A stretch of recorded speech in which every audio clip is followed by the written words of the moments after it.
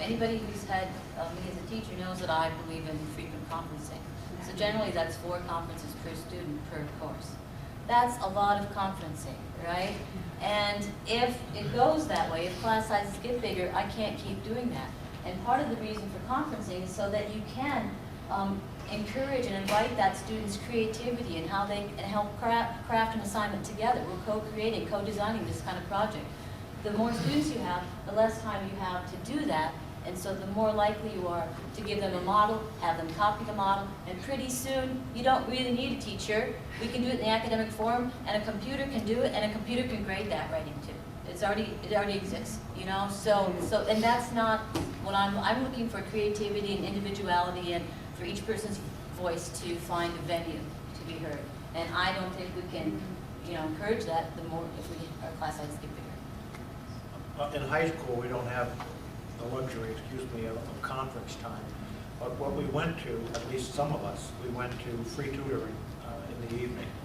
We would have Wednesday evening tutoring from 6 to 9, and for math and English. And I was amazed when I got involved in the program how many students showed up and how much a difference one-on-one made.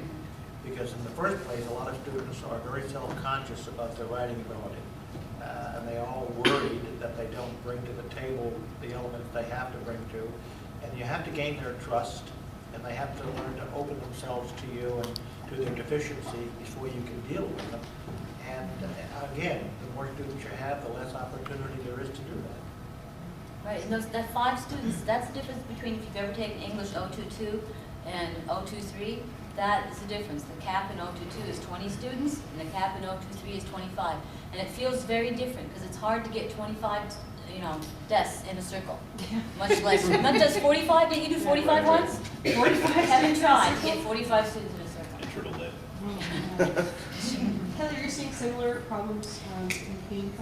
I think for a while, I mean, at least as long as I've been in the 2-year schools, which is 7 years. I worked here, and then I switched over, and it was a boom time. And I think for a while, you know, the 2-year schools had that reputation that they were hiring and flourishing, and you know, there was a good opportunity to get a job there. Well, those days are now over. This is the first year since I've been in the 2-year schools where the college was not hiring anyone. There were no positions at my college. So it's been a really abrupt, we've come to the reality of the financial system as it is now. And I think a lot of these implications are on the horizon for us. There hasn't been talk at this point of increasing class size, but our classes have always been 25 or 28, depending on the course, or larger, obviously, for the lit courses. But if they were to increase, I mean, would be a significant problem, because I think when you get into a community college situation, you have, it has been my experience, a greater disparity of levels of preparedness with students. So you have plenty of students who are in the regular transfer level comp that are there, and they need a significant support apparatus for them to succeed. And to sort of add to that, I think, would really put at risk how many students we could successfully move on to transfer, you know, to a place like this. So it would be bad.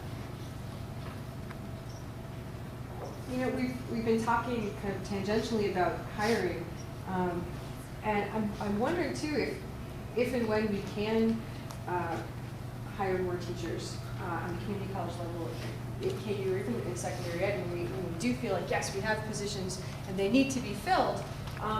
You know, is there any concern that kind of the rhetoric that's been surrounding teachers lately is going to make it more difficult to hire, or the concerns in our state about the budget will make it more difficult to find talent who are willing to come and teach? Since I've been involved, I've been on our department, I've been the chair of our department's hiring committee for the last several years. And it was great, we hired every semester 2 or 3 people. It was like gangbusters, but up until recently, I don't know how it's going to be, but it's been a buyer's market. We've hired faculty at my community college who are one of our most recent hires, a PhD from Princeton, who has significant publications behind her. And the reality of the job market is we are getting top tier candidates who I think if all things were fabulous and every institution was hiring, well, this woman would have, she would have been in a Research 1 institution, but there aren't any jobs. There aren't any jobs. So, but now the community college option is dwindling and disappearing as well. So, I'm a recent move to the area, so I haven't got a real fix on what the public attitude is toward teachers in this area yet. I'm trying to assess that by listening while I'm reading the paper. But where I came from, teachers were kind of held in rather low esteem for the most part, not by everyone, but people with a broad brush. But I think one of the reasons for that is that not many people have been inside an operating theater with a neurosurgeon. Not many people have been in a courtroom arguing a high-level case before a judge. But everybody's been in a classroom. So it appears to everybody that who couldn't do that? High-paid babysitting. A lot of the public has no idea of what it takes to be a teacher, a good one. I mean, you can be a teacher and phone it in, but if you're going to be worth your salt, people are just assuming that you walk in front of a class and open your mouth and to serve with love and everything is hunky-dory. But that ain't the case. It's not all stand and deliver, like those movies, yeah. Kevin, you Well, wanna ask? yeah, because I think there's two, kind of right along these lines, there's two parts to this. One part is the public, right? And one part is the sense that we see right now what's happening in Wisconsin, Ohio, New York. Teachers are being blamed, right? You see the same thing happening right in our own state. We're fat cats. We sit there and we make tons of money and we've got all this time off and everything like that. If you live it, it doesn't feel like that at all, right? And it's amazing. I got to sit in on some of the budget hearings out in Harrisburg on education, and some of the legislators were just, they were like, oh, how much do they make? We demand that, and all of our salaries are online. It's public information. You could go right? Google Put it up, if you want to. right? So people can see it, and they'll see that it's nowhere near what they're saying, right? So that's the first part. The second part is that there's also been a shift in terms of how higher education administration begins to talk about what teaching is. So there's a lot of discussion right now coming out of Harrisburg about teaching at delivering content, right? And that concerns me a lot, because what they start thinking about, start talking about teachers as FTE teachers, in other words, full-time equivalent, and in other words, as people staffing classrooms, right? You start to think about who these people are differently, right? So that teachers are not people who are trained in a particular field with specialities in order to do something, right? In order to engage in learning, we're about there to deliver some kind of content. The effect of that is twofold. One, it makes it pretty easy for, say, well, delivery, we can handle that over the web, right? Put it all online. On the one hand, and on the other hand, the whole idea about who's at the front of the classroom becomes insignificant, right? So they'll put anybody there, right? As long as they have a body there who can deliver content that comes from someplace else, supposedly, right? Then the whole profession itself of teaching becomes eroded. So it's happening at two levels. One, very publicly out there about what these public perceptions are, what we see coming from government officials. The other hand, what's happening in terms of a shift in which higher education is being discussed at administrative levels. I think part of my concern is that conversations like this and like the very public conversations people are having about teachers and about budget too, is that people who might make great teachers, people who might even start studying education might say, I don't want any part of this, right? We might be scaring some of you out of education right now, and I'm realizing that, right? So part of my fear is there's going to be some kind of brain drain from education.